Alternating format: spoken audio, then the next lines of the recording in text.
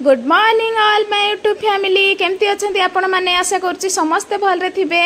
Friends काली जो video stop करूँ से पुणी आरंभ करवा। यहाँ महावीर हनुमान का मंदिर आम पहुँची गलु तो बाटर छेली गुड़ाक देखु थे आ बाट टिके भी ना कि रोडटा पूरा माने वर्षा है खाल खाल एमती हो जाइथिला तो गाड़ी नापी टिके असुविधा होता सेपटे।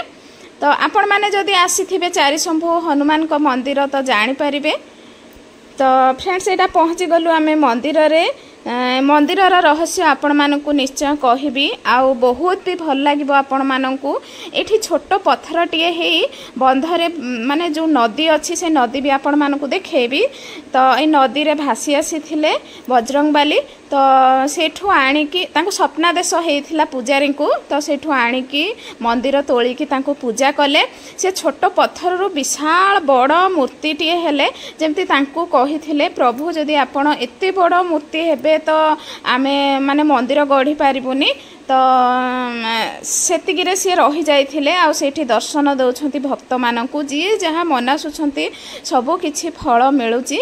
आ देखंतु फ्रेंड्स ए पोखरी रे महाप्रभु निजे आविर्भाव होइथिले केते सुंदर पोखरी। एटा मु गले सबु बेले देखे आउ एठिकी जीवा पई पाहाच मध्य अछि तळकु जीवा पई आ एठी बहुत सुंदर भोग भी प्रस्तुत हुए। तो मंदिर आपण माने तो देखिले मंदिर केमती लागिला निहाती कमेंट करिवे। बजरंगबाली को दर्शन भी आपण मानकु करेबी। छोट पत्थर टिए हे सी भासी आसी नदी रे तो बहुत किछि माने रहस्य मंदिर रे लुचि रहिछि। आमे जहा किछि भी जहाठू जानिचु टिके तो सेटा आपण मानकु कहूची।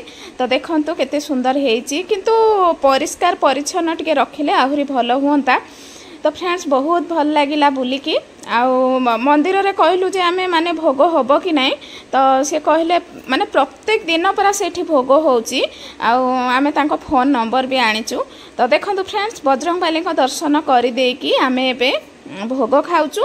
भोग रे हेइथिला डालमा हेइथिला आउ खटा हेइथिला। फ्रेंड्स प्रत्येक दिन परा भोग होउची सेठी आउ बहुत भल हैला। मु तो 16 सोमवार व्रत करूची आपण मानकु। फ्रेंड्स आउ गोटे कथा भी शेयर करबी 16 सोमवार व्रत रे खाली फल आहार करंती किंतु आपण मान तो जानी थिबे मो देह खराब रहूची बाबा को तो मु मुंडिया मारुची बाबा मोर जहाँ भी दोष क्षमा करदेव किंतु भक्ति थिले सब किछि जेहेतु रोगिणा पेसेंट तो खाइबा को तो पड़ो निहाती।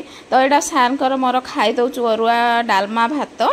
तो फ्रेंड्स बजरंगबाली दर्शन करंतु केते सुंदर देखंतु छोट पत्थर टिए हेइथिले केते विशाल मूर्ति रे दर्शन दौछंती महाप्रभु।